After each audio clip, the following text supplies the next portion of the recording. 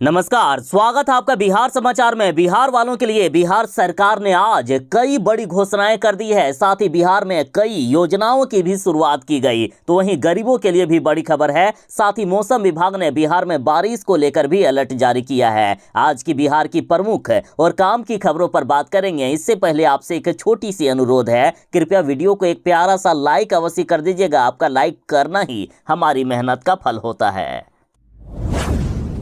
मौसम विभाग ने बिहार में बारिश को लेकर अलर्ट जारी कर दिया है। मौसम विभाग का कहना है कि बिहार के 21 जिलों में आज बारिश होने की संभावना है। हालांकि मौसम विभाग ने यह भी कहा है कि कुछ ही जिलों में भारी बारिश हो सकती है, बाकी जिलों में मध्यम दर्जे की बारिश होने वाली है। मौसम विभाग के अनुसार आज बिहार के जिन जिलों में बारिश होने की संभावना है, ये जिले हैं पूर्वी चंपारण, पश्चिमी चंपारण, सिवान, सारण, गोपालगंज, सुपौल, अररिया, किशनगंज, सहरसा, पूर्णिया, सीतामढ़ी, मधुबनी, मुजफ्फरपुर, दरभंगा, वैशाली, शिवहर, समस्तीपुर, भागलपुर, बांका, मुंगेर, खगड़िया और जमुई के साथ पटना, गया, नालंदा, शेखपुरा, नवादा, बेगूसराय, लखीसराय और जहानाबाद।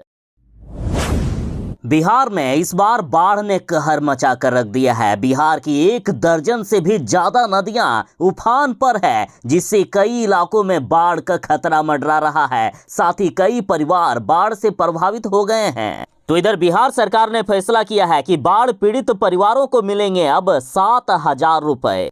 देखिए, बाढ़ पीड़ितों को मिलने वाली सहायता राशि बढ़ा दी गई है। अब प्रति परिवार 6,000 की जगह 7,000 रुपए मिलेंगे। और साथ ही आपदा प्रबंधन विभाग ने इस संबंध में आदेश जारी करते हुए कहा कि राहत शिविर में रहने वाले एक पीड़ित को कपड़ा और लोटा, थाली आदि के लिए अब 1,000 रुपए दिए जाएंगे। मुख्यमंत्री आवास योजना ग्रामीण के भूमिहीन लाभुकों को अब जमीन खरीदने के लिए 60,000 रुपए सरकार की तरफ से दिए जाएंगे।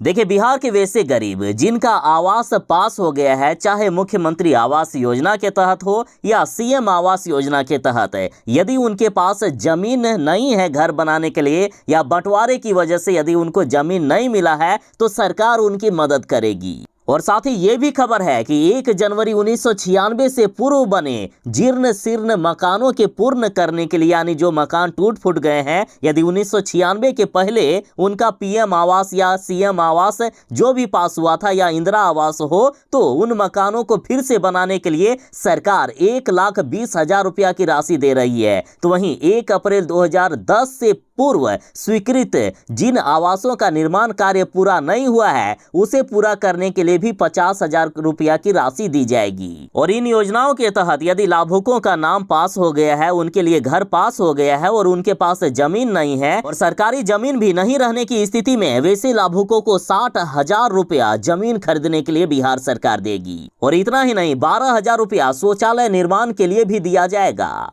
यदि आप दर्शकों में भी कोई ऐसे हो तो कमेंट में अपने जिले का नाम अवश्य ही बताइएगा, ताकि वहां की खबर आप तक पहुंचा पाऊं। बिहार के अनुसूचित जाति, अनुसूचित जनजाति या अति पिछड़ा के लोग जरा ध्यान दें। यदि आप अपने जमीन पर रियरिंग तालाब का निर्माण करवाना चाहते हैं, तो सरकार 70% तक का अनुदान दे रही है। रियरिंग तालाब ऐसा समझिए कि मीडियम आकार का तालाब निर्माण के लिए सरकार पैसे देगी। इस योजना के तहत मत्स्य कृषकों को विशेष सहायता के तहत रियरिंग तालाब का निर्माण, बोरिंग पंप सेट का अधिष्ठान, मत्स्य इनपुट शेड का निर्माण, यांत्रिक एरेटर आदि संबंध इकाइयां का एक पैकेज दिया जाएगा। इस योजना के अंतर्गत रियरिंग तालाब का निर्माण से लेकर सभी इकाइयों की खरीद पर सरकार के अनुमान के अनुसार 10,10,000 रुपए खर्चा आता है और इसका 70% यानी लगभग 7,07,000 रुपया तक सरकार की तरफ से अनुदान की राशि दी जाएगी और शेष राशि लाभार्थी द्वारा स्वयं अथवा बैंक ऋण से किया जा सकता है। देखिए, अनुसूचित जाति, अनुसूचित जनजाति या अति पिछड़ा वर्ग के पास यदि अपना जमीन हो या लीज पर भूमि लेकर भी वे निर्माण करवा सकते हैं तालाब का। आवेदन करने की अंतिम तारीख 30 अगस्त तक है। इस योजना का आवेदन करना चाहते हैं तो इसके लिए आप सरकारी वेबसाइट fisheries.bihar.gov.in पर जाकर आवेदन करें, या फिर अपने इलाके के जो मत्स्य समितियां चलती है वहां भी जाकर आप संपर्क कर सकते हैं।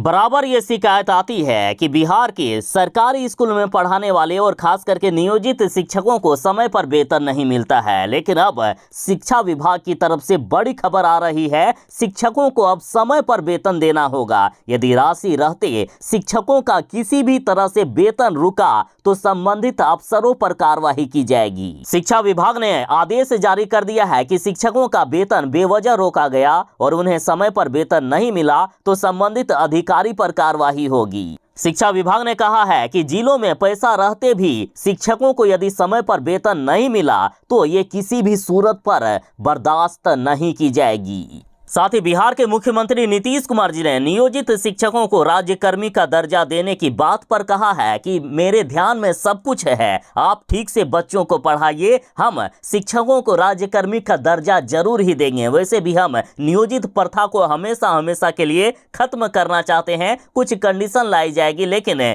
जरूर ही शिक्षकों को राज्यकर्मी का दर्जा मिलेगा, वो भी जल्द ही मिलेगा। उत्तर बिहार में बाढ़ ने तबाही सी मचा रखी है। उत्तर बिहार में बाढ़ से 156 गांव प्रभावित हो गए हैं। अलर्ट मोड पर है प्रशासन। और अभी तो ये कुछ नहीं है, आगे खतरा और भी ज्यादा बढ़ने वाला है, क्योंकि नेपाल में लगातार मूसलाधार बारिश हो रही है और अगले 5 से 6 दिनों तक लगातार बारिश होने को लेकर भी खबर आई है। और इससे बिहार के नदियों का जलस्तर और भी बढ़ेगा और बिहार में बाढ़ के संकट अब और भी ज्यादा खतरनाक होने वाले हैं। देखिए, बिहार के सुपौल जिले में 120 गांव, सहरसा में 6 और कटिहार जिले में 12 गांव बाढ़ से प्रभावित है। गोपालगंज जिले के वेकुंठपुर में वाल्मीकि नगर बराज से 3,15,000 क्यूसेक पानी छोड़ दिया गया और इसके कारण वेकुंठपुर के 15 गांव बाढ़ की चपेट में आ गए हैं। बिहार की लगभग सभी नदियां खतरे के निशान से ऊपर बह रही है। नदियों में भारी उफान है और बिहार के कई गांव टापू बन गए हैं। मतलब चारों तरफ से पानी से घिर गया है। आने जाने के सारे रास्ते बंद हो चुके हैं। कोसी ने पिछले 33 सालों का रिकॉर्ड तोड़ दिया है। सुपौल में कोसी बराज से 4,62,000 क्यूसेक पानी छोड़ दिया गया। इतनी भारी मात्रा में पानी 33 साल के बाद छोड़ा गया है और अभी स्थिति और भी विकराल हो सकती है, क्योंकि नेपाल में मूसलाधार बारिश रुकने का नाम नहीं ले रहा है। बिहार के विद्यार्थियों के लिए बड़ी खबर है। जेईई और नीट की तैयारी के लिए बिहार बोर्ड दे रहा है फ्री कोचिंग की सुविधा और इसके लिए विद्यार्थियों को एक परीक्षा पास करनी होगी। उसके बाद बिहार सरकार जेईई और नीट की फ्री में तैयारी करवाएगी।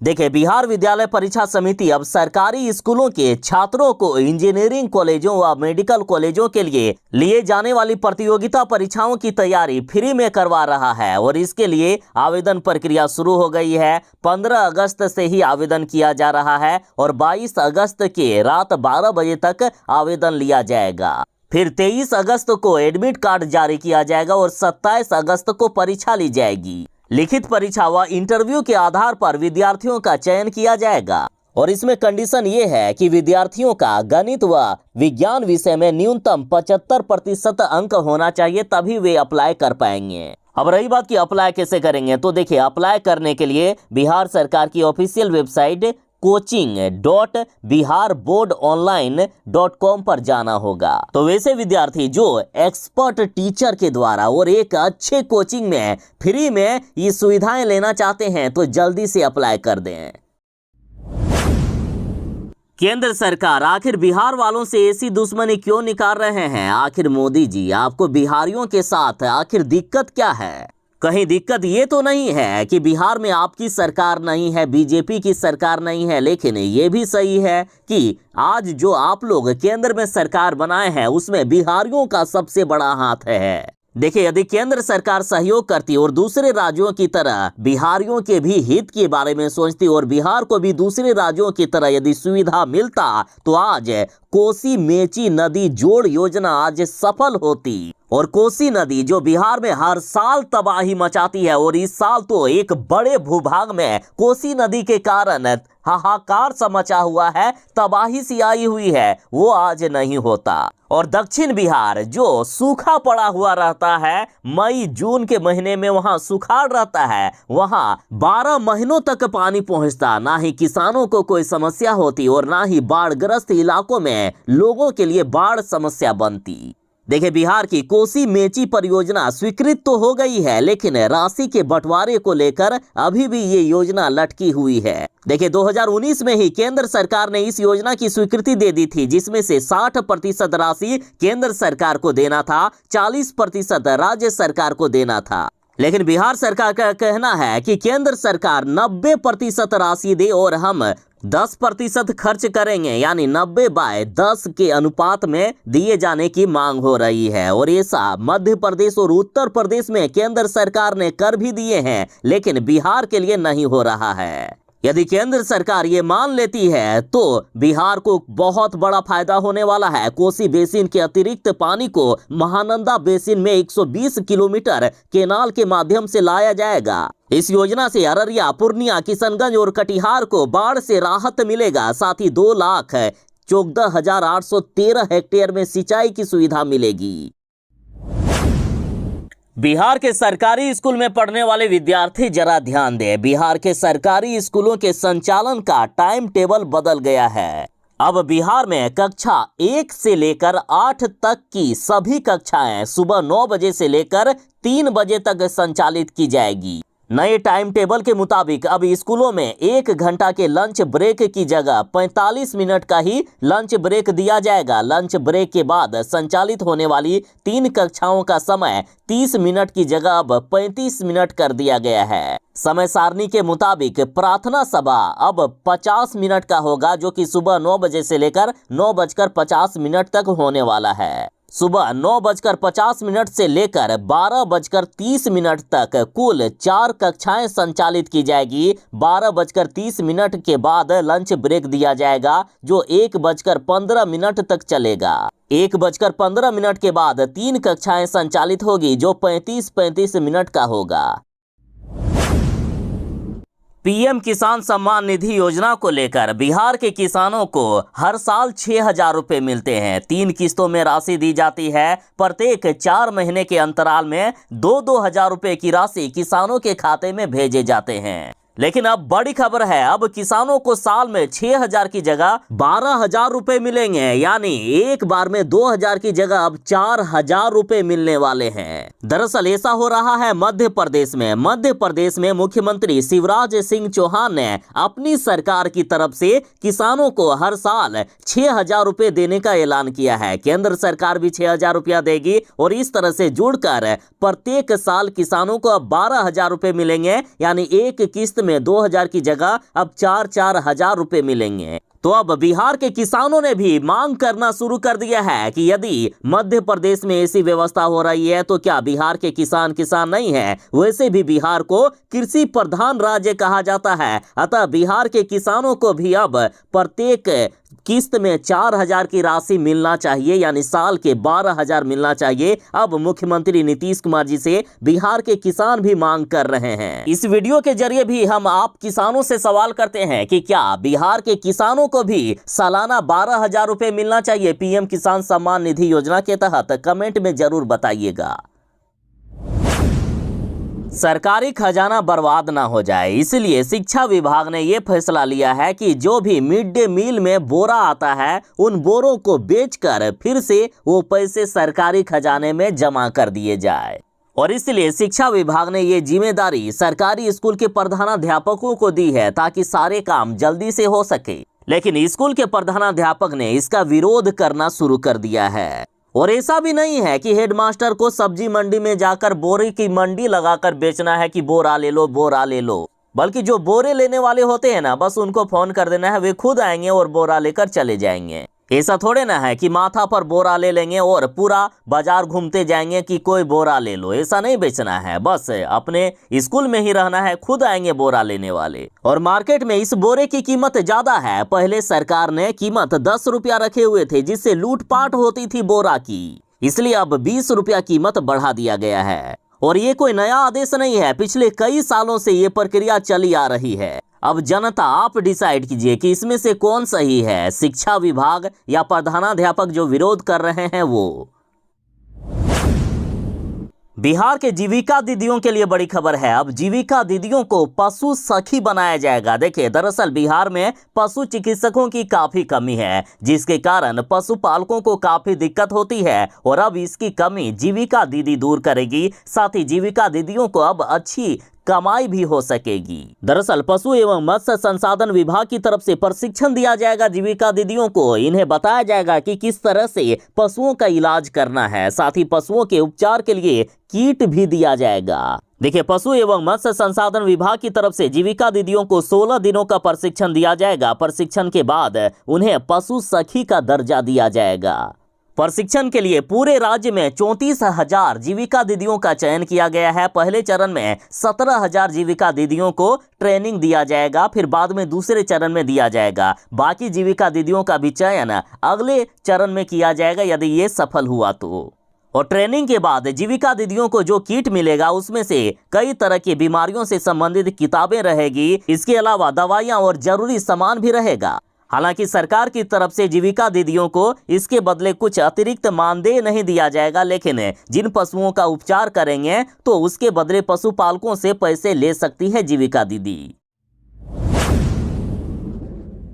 बिहार में बाढ़ की स्थिति काफी गंभीर है। बिहार में घरों के सामने चलने लगी है नाव। बात करें अररिया की तो अररिया में कई इलाकों में बाढ़ ने तबाही सी मचा दी है। किसानों की फसलें डूब गई है, रास्ते टूट गए हैं, सड़कें टूट गई है, लोगों के घरों में पानी घुस गया है, लोगों का जीना बेहाल हो गया है। कई लोग अपने घर द्वार को छोड़कर ऊंचे स्थानों पर पलायन कर रहे हैं। कटिहार में गंगा, कोसी आदि नदियों ने कहर सा मचा दिया है।